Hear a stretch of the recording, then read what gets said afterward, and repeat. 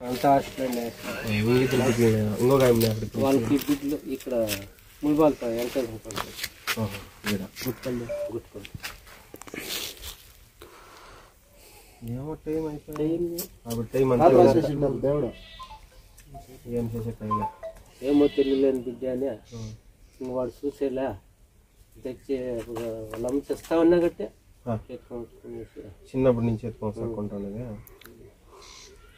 నాకు కొడుకులు నేసలు బిడ్డలు అప్పుడు ఎత్తుకుంటూ చేస్తాను.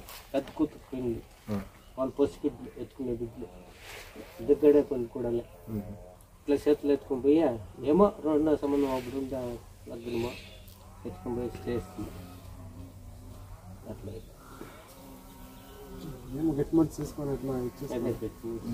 బాగుందన్న. ఇదే మాది సీతా ఫౌండేషన్ తొక్కునింట్లో ముడిబాగులో మా తొక్కునింట్లో అయినంతా మీకు హెల్ప్ చేస్తున్నాము. ఇద్దరు ఆరాంగా బాగా తినుకొని ఆరాంగా ఉండండి. ఫస్ట్ ఏమైనా వస్తే మాకు చెప్పండి.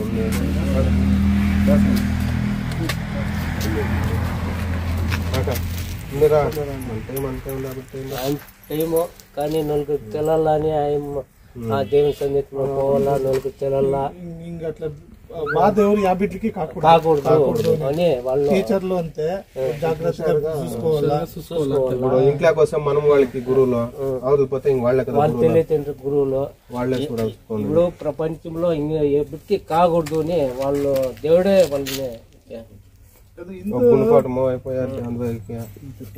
బాధలు ఉన్నప్పుడు కూడా బిడ్డలను ఎక్కువ రంపియాలా అనే ఒక ఆశ ఉండేలే. మీరు ఎంత కష్టంలో ఉన్నా కూడా బిడ్డని స్టోర్ పంపిస్తున్నారు కదా. సార్ వాళ్ళు పోయినది కూడా తెలీదు.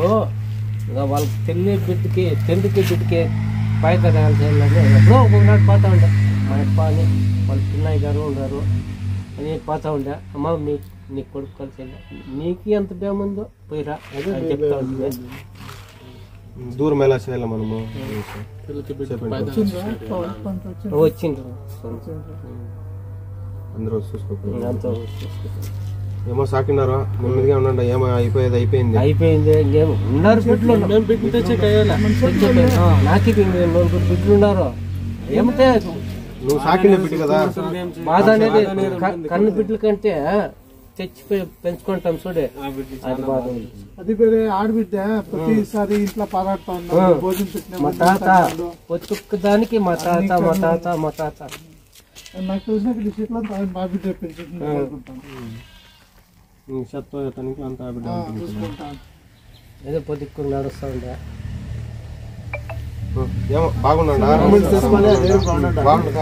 పోయిన తినండి టైంకి ఆరాంగా ఉన్నాడా బాగున్నాడా బిడ్డ మాట్లాడుతుంది. వస్తాం.